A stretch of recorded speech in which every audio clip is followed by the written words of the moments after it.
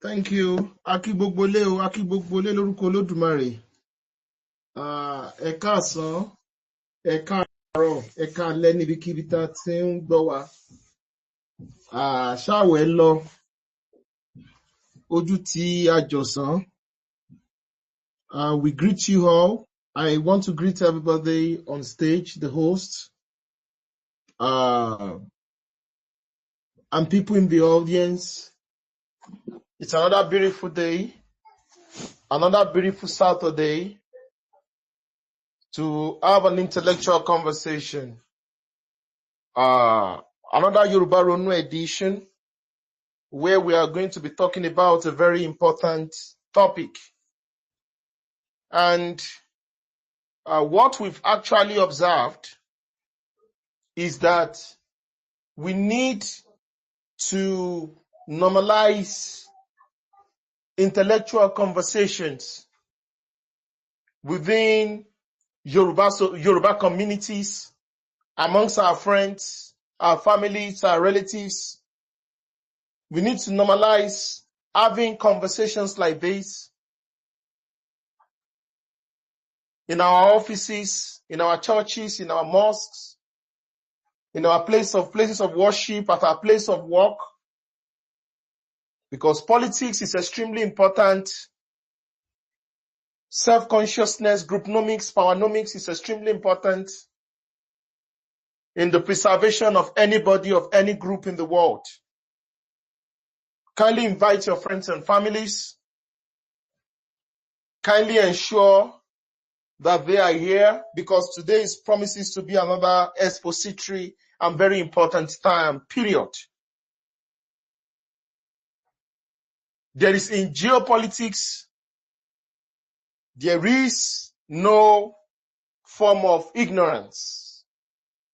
In geopolitics, there is no form of had I known,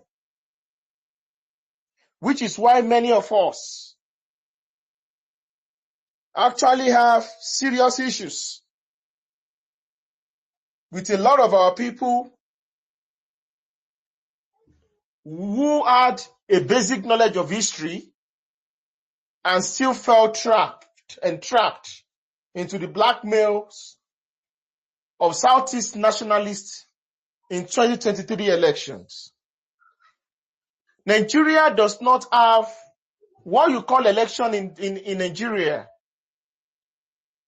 It's actually nothing but a form of war. A form of asymmetrical war between the different ethnic nations that make up the Nigerian contraption, which determines who gets what and who becomes what within the Nigerian equation. It is the kind of politics you play and the geopolitical zone you find yourself and the kind of political power you wield that actually determines maybe you are Yoruba or not, maybe you are Igbo or not, maybe you are Fulani or not, maybe you are Hausa Fulani or not. For instance, the Yoruba people of Delta State are called the Shekiri, not because they want to be referred to that geopolitically, but geopolitically they've been isolated and the Yoruba identity has been neutralized. We are fighting tooth and nail to ensure that the Yoruba political currency and social currency is used in Kwara and Kogi for the political synergy of our people and survival of our people within Nigeria. Once again, we greet everybody in the name of Olodumare. Once again, we greet everybody in the name of the Almighty. Today promises to be educative. Today promises to be intellectual. Before proceeding, I want to thank all our listeners. I want to thank all the supporters of Think Yoruba First organizations, all the lovers of Think Yoruba First organizations, people that listen openly and those who listen anonymously. Without you, we would have fallen. Without you, we would have been destroyed. Because let me tell you something, brothers and sisters. Even though within the Nigerian polity, there are different ethnic nationalities that have interests in ensuring that the Yoruba people do not have the capacity and the ability to come together as an undivided, unbroken, united people, a bloc, in order to protect our space, to protect our hegemony, to protect our political and socio-economic space within Nigeria. We know we have people who do not want us because Nigeria is a competition. There is a serious competition that is taking place within Nigeria. We know we have people, we have groups who do not want us to achieve that level of cohesion, like the days of Chief Obafemi Awolowo. But I can tell you that 90% of the problem of the Yoruba people is our fellow Yorubas. 80% of the problem of the difficulties, the sabotage, and the war against TYF is by fellow Yorubas. Are we surprised? We are not. And we are prepared for this because we understand what our people are capable of doing. Today's topic is extremely important. Today's topic is extremely essential. It says Lagos, the crossroad of Yoruba civilization, past, present, and future. There is something unique about that city called Lagos. There is something unique about that city called Lagos for the past 200 years. The past 200 years has changed the course of Yoruba civilization, has changed the course of Yoruba history, has changed the course of Yoruba identity.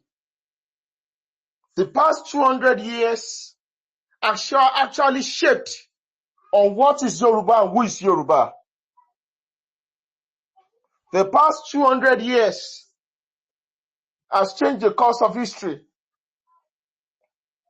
And we need to properly understand where we are coming from and where we are going. Why is it that people that do not share any bother with the Yoruba people are so obsessed about Lagos?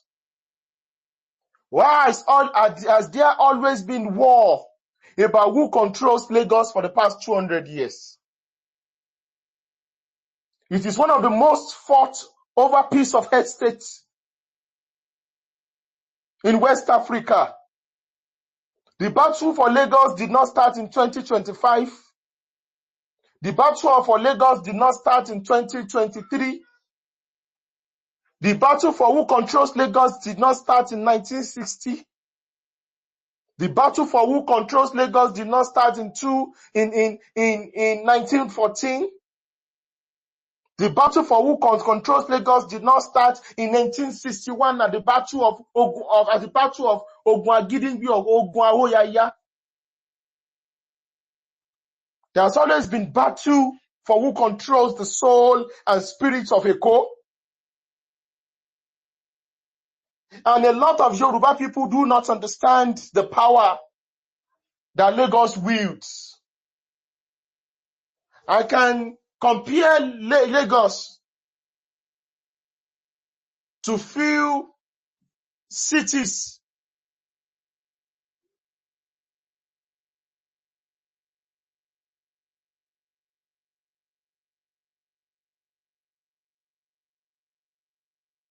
I can compare Lagos to few cities in the world. And when we talk about Lagos,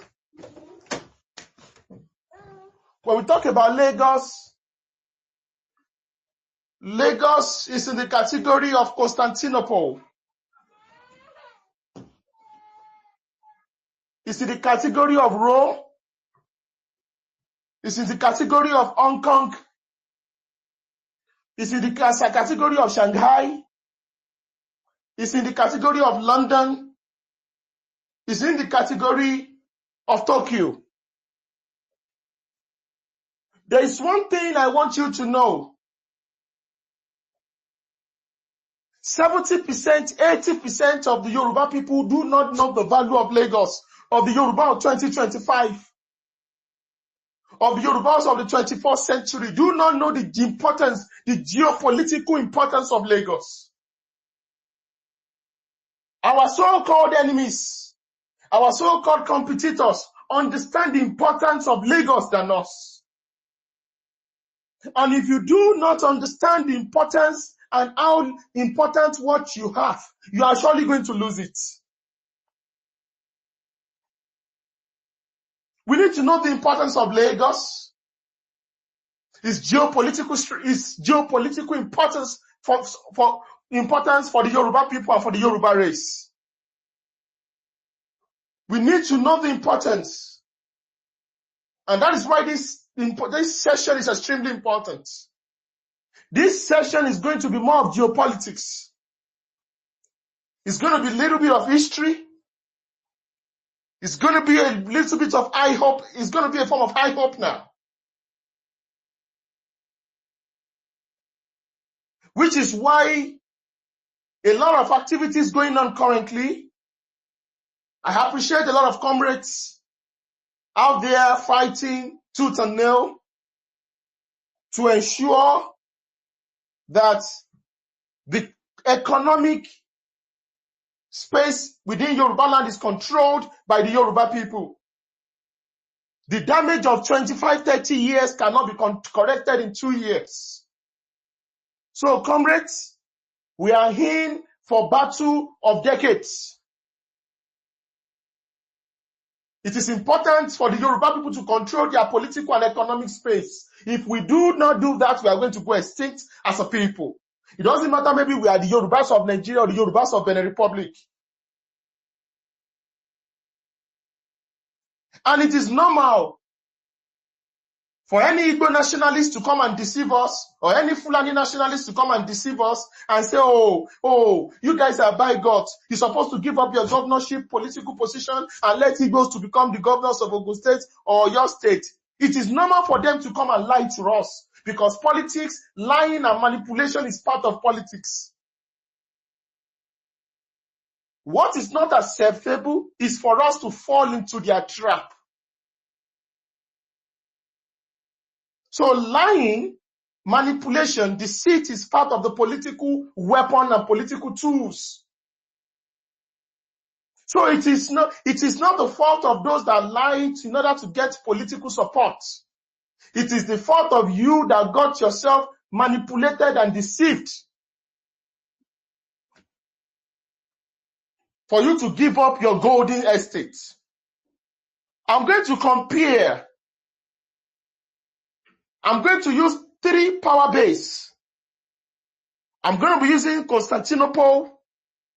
I'm going to be using Hong Kong, Macau, and I'm going to be using those 3 states, and Lagos.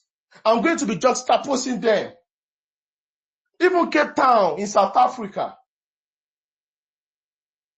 The world is changing and the world has changed. And anybody who do not, any race that does not change and adapt to this ever-evolving, evolving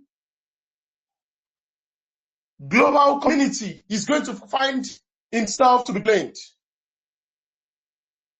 Now, Lagos is a city of the Yoruba people in West Africa. Originally called Eko, is the homeland of the Awori people, who are a subgroup of the Yoruba race. It used to be called Eko for centuries. Before the British came, the Portuguese saw the beautiful space and they called it Lagos because it looked like a beautiful city in Portugal. That is how the name Lagos came to be. Lagos has always been a place where different colonial powers have tried to wield different powers and influence. Many people did not know there was a time the Germans were trying to take the coastal cities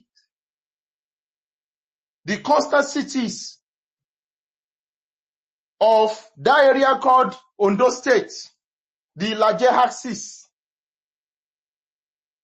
There was a time the French were in control of Ajashe and they call it Port. They were the ones in charge of, they took over Port Novo from the Portuguese also. So that area between Port Novo, from Lome to Port Novo to Accra has always been to Lagos. Different colonial powers have always wanted to take it over. From the Portuguese to the Spanish to the French to the English. Everybody wanted a peace because he who controls the coast will control the hinterland. There are different types of empires. We have the land empires and the maritime empires. For years and for centuries, the maritime empires were controlled. The maritime empires were controlled by countries like Holland when they built the Dutch Empire, countries like British, they built the British Empire. Those were maritime empire. There was a time Spain was also a maritime empire. They were using their navigation and creating bases and colonies across coastal cities across the world. But for so long, most of the African kingdoms and African indigenous civilizations were basically maritime empire, were basically land empires. And this was also the same in Europe. The Austro-Hungarian Empire was a land empire. The Russian Empire was a land empire. The German Empire was a land empire. The Chinese Empire was a land empire. The Sokoto Caliphate was a land empire. The Oyo Empire was a land empire. The Karen Bono Empire was a land empire. So for so long, for many, many centuries, the Roman Empire was a land empire. Global trade, internationalism, globalism was mostly built on land empires. Before the Dutch changed the course of history, the Dutch, most of the system of colonialism and colonizations that the Dutch people used in order to be able to take over the world, they used the structure. Most of the structures that the British used to take over the world, they got that structure from the from the Dutch, because the Dutch created the first real maritime empire, but it did not last. Before the British took over and were basically stealing everything the Dutch created. They stole Cape Town from the Dutch. They stole Gold Coast from Accra from the Dutch. They stole America from the Dutch. Even part of South America, the Caribbeans, they took it from the Dutch. So what am I trying to say on all these things I'm trying to say? It was this creation of this maritime power and maritime empire, because that was the age of full-blown globalization. And we need to deconstruct this thing called globalization. Because a lot of our people are miseducated to think these terms actually means well. Because anytime you hear democracy, human rights, globalism, all this kind of thing, nationalism, you ask yourself this question: how does it affect Africans? How does it affect the Yoruba people? The Yoruba people have been one of the biggest victims of globalism. And how have we been a victim of globalism? Because globalization is taking slaves. They took slaves from West Africa as cheap labor to go and use to build America. That was what was done. That was what was done for years. And that is globalism. That was how the Yoruba people became, the Yoruba civilization, the Yoruba people, the Yoruba identity, the Yoruba ways of life was exported to North America, to Central America, and to South America. That is a form of forced globalism, forced internationalism. When they say, oh, the world is interconnected, you have to ask yourself, this interconnectedness of the world to favor what? You have to understand one thing. The Europeans, they did not leave Europe because they loved the world and they were preaching prosperity or preaching Christianity. They left because during that time there was poverty in Europe. It was after the end of the bubonic plague that killed 1/3 of the European population. So they needed to move across the world.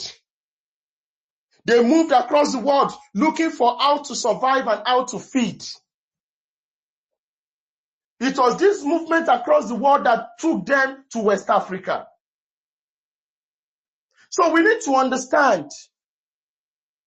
And I've been able to tell you there are two types of powers: the land empire powers and the maritime empire powers.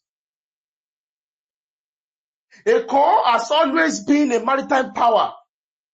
The Kosokos, the Tinubus, Tinubus, they made their money because during the time of globalization, during that time, they were selling commodities and it created millionaires that were relating with European powers as traders, as merchants. That was what happened during that time of the emergence of an eco superpower. Look, the Yoruba empires has always been land empire. This history, this session is extremely important. If you can record and share to as many spaces as possible, I don't mind. If you like, don't give me credit. It doesn't matter. But people need to hear this. Our youth needs to understand this. Because this is the only, we can't afford to go to TV stations. We cannot afford to go to radio stations. This is the only means we have to teach so that we can be prepared for what is coming in the future.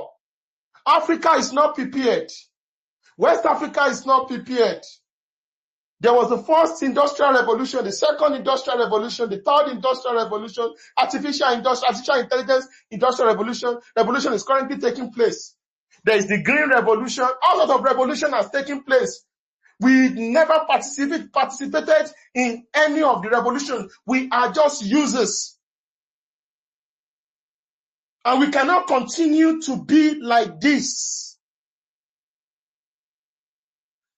Because anybody certainly giving you hope, oh, it's going to get better in the next 20 years, does not love you. Because we need to have this conversation.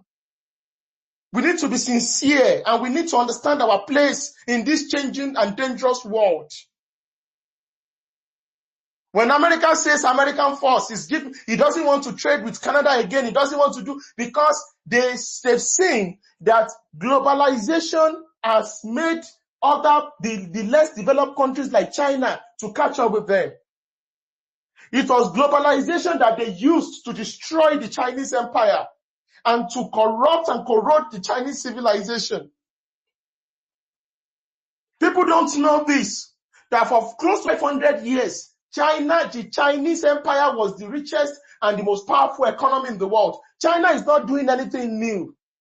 India is not doing anything new. They just want to do what they've been doing for thousands of years. The destruction of the Chinese civilization was exactly when the Yoruba civilization started to collapse. I'm talking about between 1900. So the Yoruba civilization, just like most civilization and empires, were land empires. Yoruba, it is wrong for you to call Yoruba a tribe. That is why a lot of Yoruba people cannot understand why there's so much hatred and disdain from other ethnicities against the Yoruba people. You are exceptional people. People want what you have.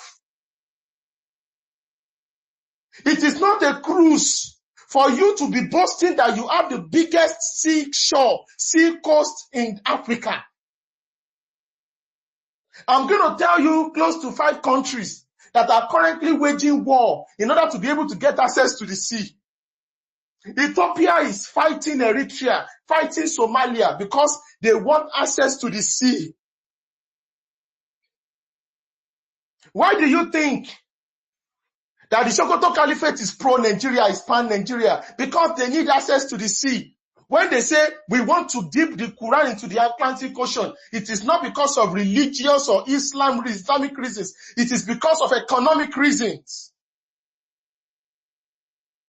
Because if you do not have access to the sea, you are dead in this modern world. That is why a lot of ethnic nationalities in the Middle Belt, in the Core North, are pro-Nigeria. Because the Southwest and the South-South give them access to the sea. If Nigeria breaks, they are doomed. Having access to the sea is the greatest thing you can ever have. It's the greatest thing your ancestors can ever bequeath to you. Why do you think the Igbos are mad, are angry with Nigeria? I don't like to talk about them, but I have to say this to you. They lost everything after the Civil War, because after the Civil War, they lost access to the sea. And Igbo groups like Ndoki, like Ekpeye, like Eche, like Ikwere were socially re-engineered to deny their Igbo-ness. I'm telling you the truth, because I am educating my fellow Yorubas. I'm not here to fight for them. They became landlocked. So out of the 3 Wasobias, only the Yoruba people have access to the sea. And you can never be among the big boys in the world when you are not a maritime empire, when you are not a maritime power.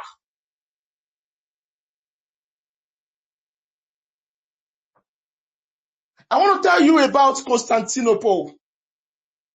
Constantinople was the capital of Byzantium. Look, I have to go for international before coming back local. So just follow me. I know it's a big opportunity for somebody like me to be here, to be able to take the history of different parts of the continent of the world, bring it together in order to make our people understand the world. Because most of the illiterate, educated illiterates, the neoliberal decadence in our midst, what they used to say is that, oh, look at, they are local. It is only local people that talk about tribe. No. The world is built on race. The world is built on ethnic hegemonies. And you see that you're on the table. determining your future, or you are is it that you are the winner or the losers. There are no in between in the world. So Constantinople was the center of power for the Byzantine Empire. The Byzantine Empire were Romans. The Byzantine empires were Romans. They were Romans. They were the Eastern Roman Empire. The Eastern Roman Empire was one of the most beautiful, the most prosperous empires the world has ever seen. They were sitting in between Asia and Europe. They were controlling the trade. Look, you need to have economic power before you can be great in life. The economic power, the economic hegemony of the Yoruba people in Nigeria must be protected with our lives. Don't allow anybody to tell you, oh, it is Tinubu that is enjoying it. Don't allow anybody to corrupt you. You need to see the bigger picture and understand the way the world is forged. The world is not forged based on pity. The world is not forged based on sympathy or emotions.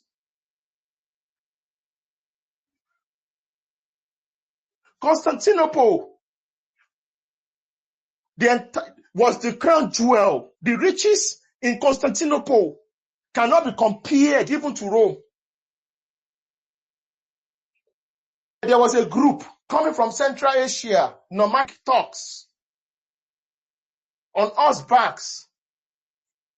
The Turks never built any cities, any great city or any great civilization. They built nothing. Àwọn Turkish yẹn, darandaran ni wọ́n. They were camel ladders, horse riders, goats, farmers, cattle rearers. They used to be slaves. They were slaves in Italy, in India. They used to be slaves in India. They used to be slaves in Egypt. Wọ́n máa ń fi wọ́n ṣẹrú ni. But one way or the other, they adopted Islam as their spirituality. And they understood one thing. We might not be able to build from the scratch. What about it? We capture the cities of other people and capture the civilization of other people. Because I've told you, some people do not have the ability to build, but they can counterfeit. You know what I'm talking about. I know a lot of you will understand what I'm talking about. They can counterfeit. They can copy. They can pirate. They can capture. They can be laying claims to other people's land. They can be saying no man's land. They can be transferring hundreds of thousands of PVC, voters card, in order to take over other people's space. They can be mass migrating, killing indigenous farmers and installing their own emirs in that particular place and taking over other people's cities and towns. That was what the Turks did in Constantinople. And by 1452, they finally took over Constantinople and declared the Ottoman Empire. It was part of the Sultanate of Rome because they wanted to be like Rome. And they captured half of Roman Empire. That was how a people who were absolutely nothing before became a powerful race. That was how a people who were backward people became a powerful people.